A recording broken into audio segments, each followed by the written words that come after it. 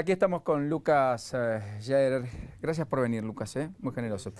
¿Cuánto tiempo hace que trabajas en la Alameda? Y desde 2008 por lo menos. Sos el virtual número 2 de Gustavo Vera, por decirlo de alguna manera. No, yo soy periodista gráfico y en mi trabajo conocí la fundación y ahora sí estoy encargado en la parte de lo que tiene que ver con la difusión, la prensa, la investigación.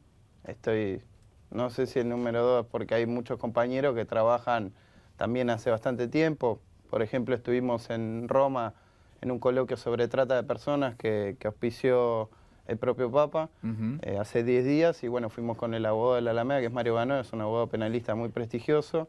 Estuvo Gustavo hablando justamente adelante de más de 100 personas de distintos países del mundo, justamente hablando de lo que hoy venimos a charlar, que es la trata de personas, ¿no? Y ahí salieron algunas resoluciones muy interesantes sobre lo que tendría que hacer el Vaticano como Estado para combatir la trata de personas y que es parte de 42 propuestas que salió de este coloquio, que fue un fin de semana, fue un sábado y domingo, sábado 2 y 3 de noviembre, y que bueno, seguramente el Papa después tome algunas recomendaciones que tienen que ver con, bueno, cómo terminar con la trata en el mundo, porque no es solo un flagelo de la Argentina, ¿no? Y allí en esas recomendaciones, si tuvieras que titular estilo periodista gráfico, ¿qué títulos elegirías?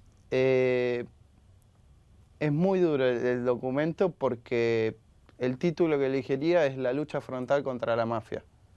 Porque la trata de personas está ligada a otros delitos. No existe la trata de personas como un solo delito troncal, sino que tiene sus aristas. El narcotráfico obviamente es esencial para la trata de personas. Es la que financia muchas veces también, ¿no? Sí, y a su vez también las mulas que vienen cargando drogas terminan reclutadas en talleres clandestinos o en prostíbulos.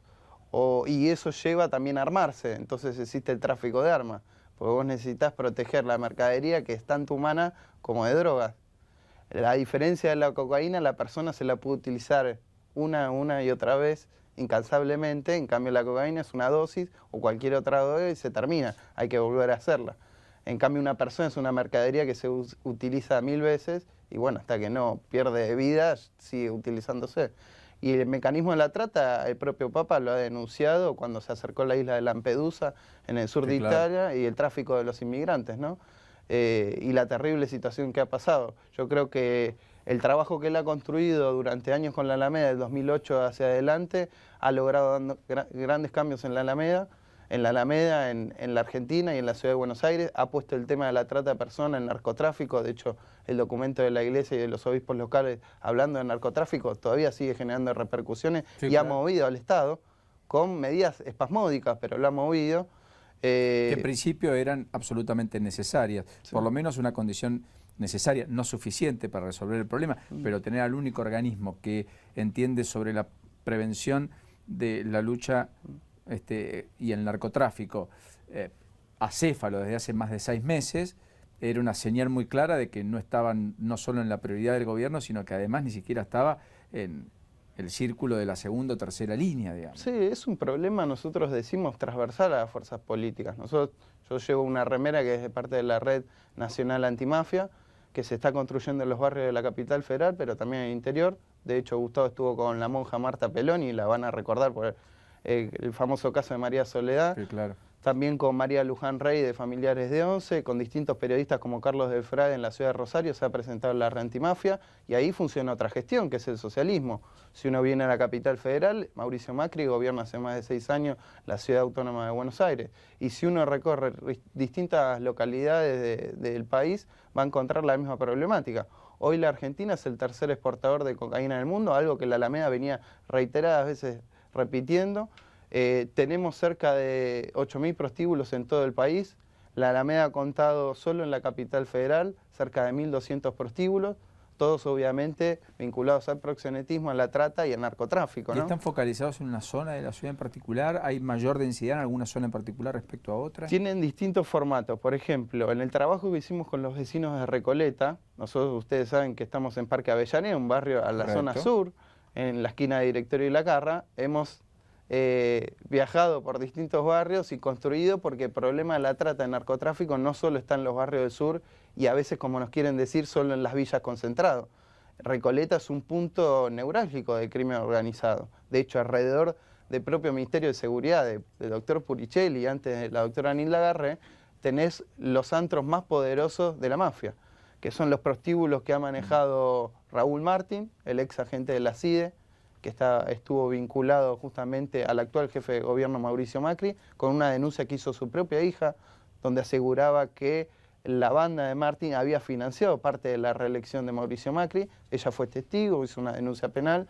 Nosotros hoy somos querellantes en esta causa penal que la continúa la doctora Servini de Cubría y el fiscal Federico Delgado, donde se sigue investigando esta banda muy poderosa, que en Recoleta, por ejemplo, tiene distintos antros donde nosotros hemos comprobado la explotación de mujeres y también el tráfico de mujeres. Ustedes saben que Raúl Martín hoy reside en México, que dicho sea de paso ha sido denunciado por una periodista que es Lidia Cacho, y que han quedado en evidencia los vínculos que tiene con el poder, no solo con el poder político, sino también con el poder judicial. Y Recoleta es esto, es una zona con muchos. Nosotros hemos detectado 55 narcoprostíbulos a una causa federal que tramita con el doctor Lijo y con el doctor Dilelo, que es el fiscal, y que en distintos otros barrios lo que va generando en la mafia se adapta a la zona, ¿no? No es lo mismo un prostíbulo en Constitución que uno en Recoleta. En Once, por ejemplo, el real dueño de Cromañón, Rafael Levy, empresario textil, empresario que construyó el hotel donde funcionó Cromañón, tiene un prostíbulo en la misma manzana de la tragedia. Hoy en día. Tiene habilitación del propio gobierno de la ciudad camuflándolos como bares.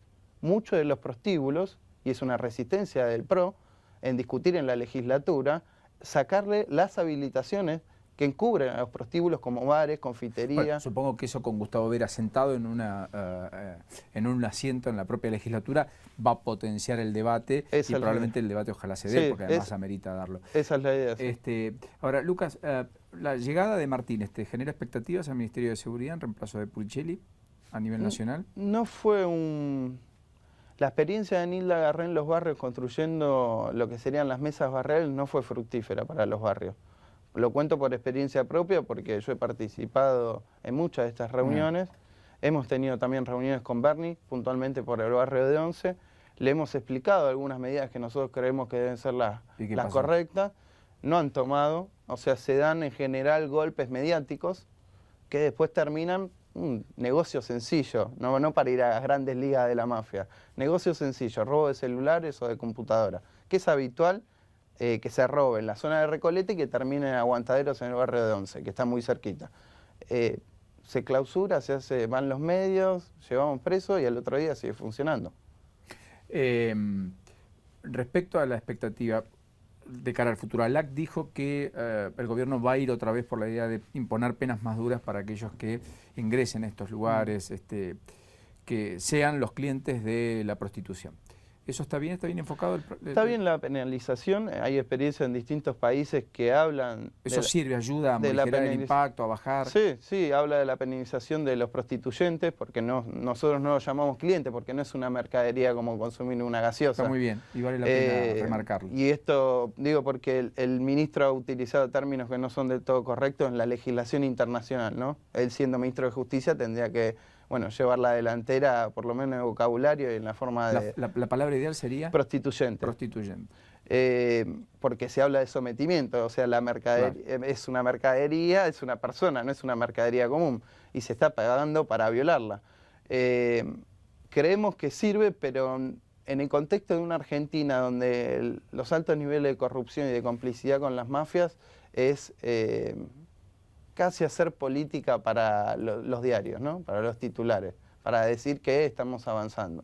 En realidad, si uno toma el caso de países que han avanzado de verdad contra la trata, se toman distintas recomendaciones o distintas medidas o políticas públicas, que es parte de lo que le dejamos al propio Papa en el coloquio sobre trata. ¿Y en ese contexto qué debería ocurrir, digamos, además de...? Primero tendrían que aplicar la ley de profilaxis, es una ley que impulsó Alfredo Palacio en Soledad en 1936 y que habla que las casas de tolerancia están prohibidas en todo el país y que está prohibida los proxenetas, los regenteadores, los cafillos, los fiolos. Segundo, aplicar el convenio internacional de 1949 que habla contra la trata y la explotación de mujeres. Es un convenio ejemplar en el mundo que Argentina ha suscrito y es supranacional, pero que no tiene vigencia. En la Argentina tenemos muy bueno, nosotros lo explicamos en distintos congresos internacionales. En leyes y convenios estamos quizás en los mejores niveles. Ya en la aplicación es un problema.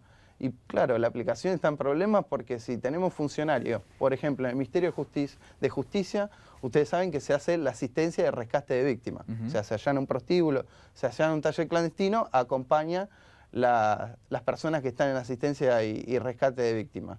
Los procedimientos son muy malos. Zaida Gatti, la actual titular de este programa, ha sido denunciada justamente por intimidar a una mujer que fue rescatada de un prostíbulo y que fue a declarar a la justicia, diciéndole que se alejara de la Alameda, que sabía que era una mentirosa. Lo denunció la propia Fernanda Gil Lozano, una diputada nacional, y nosotros fuimos testigos de cómo Zaida Gatti ingresó a un despacho de un juez federal para intimidar a una víctima y decirle que no declare lo que tenía que declarar, o sea, que era la verdad. La persona que estaba encargada de justamente recuperar a personas que estaban en un mal trance y en la más absoluta ilegalidad. Y te agrego más, Zaida Gatti, cuando los fiscales o los juzgados le requieren dónde están las víctimas que ellos entrevistaron el día del allanamiento, no tiene forma de dónde ubicarlas, porque no existe en la República Argentina, y esto está detectado no solo por la Alameda, sino por distintas organizaciones que luchan contra la trata, que no hay una real asistencia a la víctima.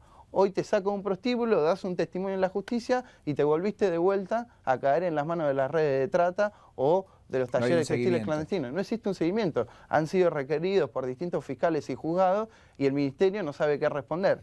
Se dan cifras muy grandes, por ejemplo, el caso de Santiago del Estero, de personas que han sido esclavizadas en campos de la provincia de Buenos Aires, que salió en la tapa de muchos diarios nacionales y sobre todo oficialistas, y esas mismas personas volvieron a Santiago del Estero en las mismas condiciones de vulnerabilidad con las que habían llegado a Buenos Aires. Qué impresionante. Lucas, la seguimos la próxima, da para mucho, pero gracias por este ratito. Gracias a usted. Y por las enormes inquietudes y por la fantástica tarea que llevan adelante en la Alameda. Gracias.